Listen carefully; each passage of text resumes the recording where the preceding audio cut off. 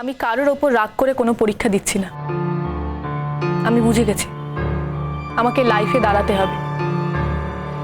এখন শুধু আমি পড়াশোনা নিয়েই ভাবি, পড়াশোনা নিয়েই থাকি। ওই দেখ, দিয়া ময়ূরী আসছে। কি রে, তোদের তো খাবারের জন্য ডাকলাম, আর যেই বাবা খাবার নিয়ে এলো তোর ওখানে ছুটে গেলি।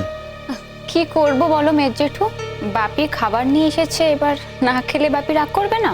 আর তাছাড়া বাপি যদি দেখে বাপি রান্না খাবার না খেয়ে এখানে ডক্টর অদিতি রয় চৌধুরী রান্না খাবার খাচ্ছি, তাহলে তো আমাদের বাড়ি থেকেই তাড়িয়ে দেবে না। হ্যাঁ, সেটা ঠিক, সেটা তো গরিত অপরাধ। কিন্তু ডক্টর অদিতি রায়চৌধুরী ছাড়াও তোমাদের জেঠুমনিও তো খাবারটা আনতে পারতো, সেটা ভাবলে না কেন? ভেবে দেখেছো? মেজ জেঠুর ওপর একটুখানি ভরসা রাখতে পারতে। উনি যখন বলেছেন ওনার তো একটা দায়িত্ব আছে। এমন খাবার নিশ্চয়ই খাওয়াবে না যাতে তোমাদের বাড়ি থেকে বহিষ্কার করবে বা কোনো ক্ষতি হবে।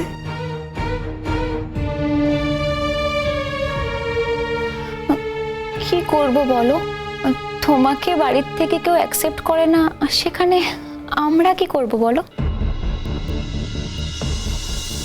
আর তাছাড়া আমাদের তো ওই বাড়িতেই থাকতে হবে না, তাই সবার কথা শুনেই চলতে হবে।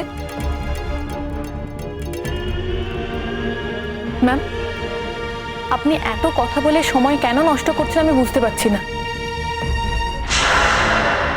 আপনাকে তো গোটা পৃথিবী অ্যাকসেপ্ট করেছে। এই শহরে কোথায় কোন বাড়িতে আপনাকে অ্যাকসেপ্ট করলো না তাতে কি আপনার কিছু এসে যায় ম্যাম?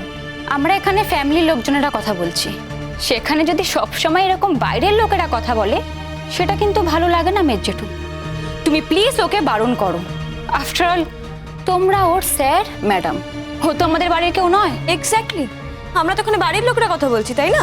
স্যার, ওদের বলে দিন আগে বাড়ির লোককে সম্মান দিতে শিখুক, বাড়ির লোককে স্বীকৃতি দিতে শিখুক। বাড়ির লোকের কথা বলছে এটা বুঝবো কি করে? ওরা তো ডক্টর অদিতি রায়চৌধুরীর হাতের রান্না খেতেই চাইছে না, খেতে সাহসই পাচ্ছে না।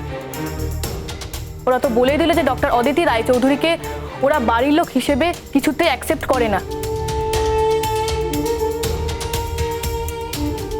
তাহলে ডক্টর অদিতি রায়চৌধুরী ওদের কিসের বাড়ির লোক? বরং উনি আমার বাড়ির লোক।